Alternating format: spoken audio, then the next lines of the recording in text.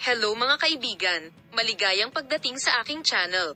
Demet Ozdemir, ako ay nasa tuktok ng aking karera bilang isang artista, hindi ko sinusubukang ipakita ito. Ang lahat ng mga detalye sa paksa ay nasa aking video. Bago panuorin ang aking video, huwag kalimutang mag-subscribe sa aking channel, i-like at ibahagi ang aking video. Malaki ang epekto sa mundo ng magazine ng mga mapanindigang pahayag ni Demet Ozdemir.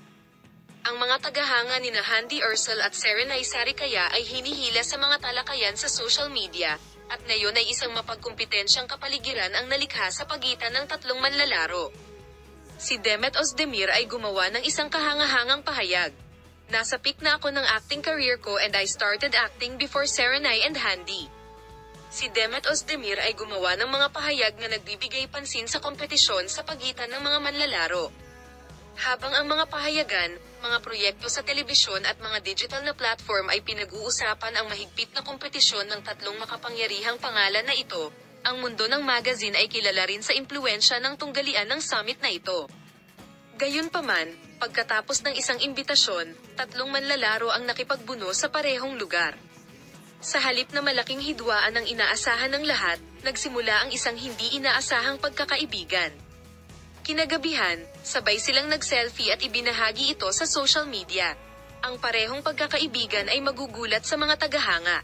Ito ang simula ng isang proseso kung saan ang kompetisyon ay napalitan ng pag-unawa. Nang maglaon ay nagpasya silang magtulungan sa isang proyekto sa pelikula.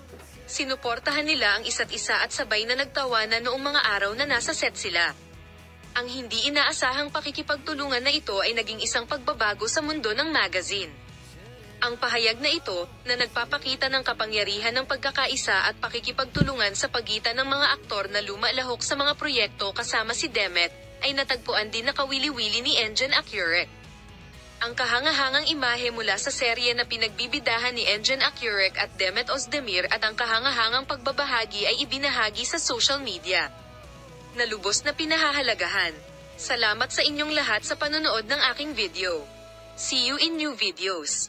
Keep watching our channel for Demet Ozdemir news and shares. Goodbye.